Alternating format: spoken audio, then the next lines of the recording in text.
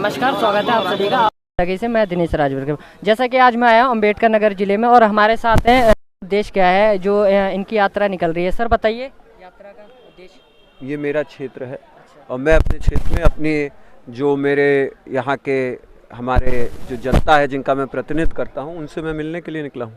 जी जी sir आप एक सांसद हैं, विकास क्या देख रहे हैं सर उत्तर प्रदेश? नहीं, आपका क्या कहने का सेंस है? विकास योगी सरकार किस प्रकार कार्य कर रही है? योगी सरकार किस प्रकार कार्य कर रही है?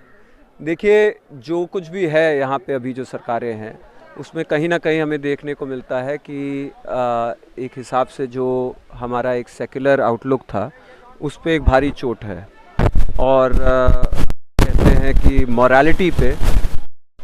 और मुझे कहीं ना कहीं लगता है कि जो आपसी भाईचारा है उसको बनाने के लिए हमें पूरी ताकत से लगने की ज़रूरत है। सर एक आपकी पार्टी में और भी ब्राह्मण हैं जैसे कि सतीश मिश्रा जी हैं, उनका कहीं अभी वर्चस्व दिखाई नहीं दे रहा। रैली निकाली, हर जगह उनके लोग हैं और काम हो रहा है, सभी का काम हो रहा है।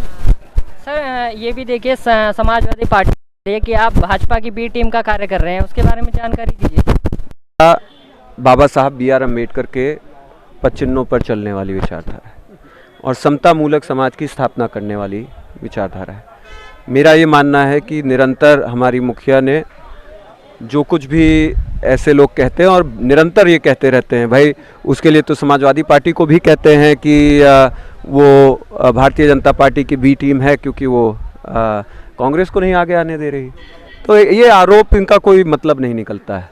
अभी आपने देखा होगा हाल ही में रामचरितमानस के ऊपर सपा का जो अभी MLC हैं जो अभी वो कई बार बयान दे चुके हैं, तो उसके ऊपर आपका क्या कहना है? क्या सही है बयान उनका? नहीं, क्या बयान दे चुके हैं? कि रामचरितमानस में जो लिखा गया है वो शूद्रों के बारे में, उसके बारे में क्या कहना है सर आप?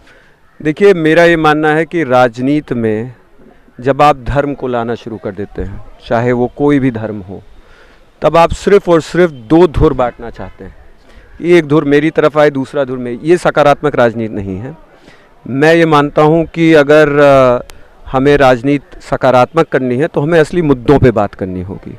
और ये सब ऐसे बयान है जिसमें जा कर के सिर्फ और सिर्फ नकारात्मक प्रतिक्रिया ही हाथ आती हैं, सकारात्मक लोगों के मुद्दे सामने नहीं आ पाते। सर बसपा की 2024 में क्या रणनीति होगी? चुनाव लड़ने की रणनीति होगी और क्या? वो तो है ही। किस पर चुनाव लड़ेंगे आप, किस मुद्दे पे? मुद्दा भाई तमाम है। हमारे मुद्दे सबसे पहले ये हमारी विचारधारा के मुद्दे हैं। समता मूलक समाज बने, जो आज एक खाई अमीरी और गरीबी में पैदा होती चली जा रही है। देश की 40% से ज़्यादा जो धन है वो 1% लोगों के पास है। उसी के साथ साथ जो नौकरियों को लेकर के विषय हैं, महंगाई को लेकर के विषय हैं और एक जनरल सोशल अपलिफ्टमेंट के विषय हैं, उस पे लेकर के। सर एक आखिरी और क्वेश्चन है मेरा आपसे।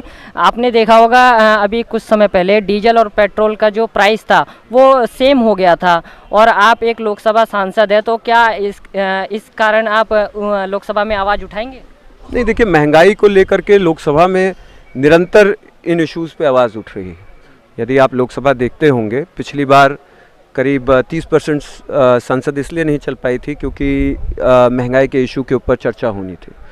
तो ये ऐसा नहीं है कि इसको हम लोग कहीं पे भी किसी भी एंगल से इन इश्यूज़ को छोड़ते हैं, को बराबर लिया जाता है। तो जैसा कि आपने देखा हमारे साथ जुड़े हुए थे सांसद रितेश पांडे।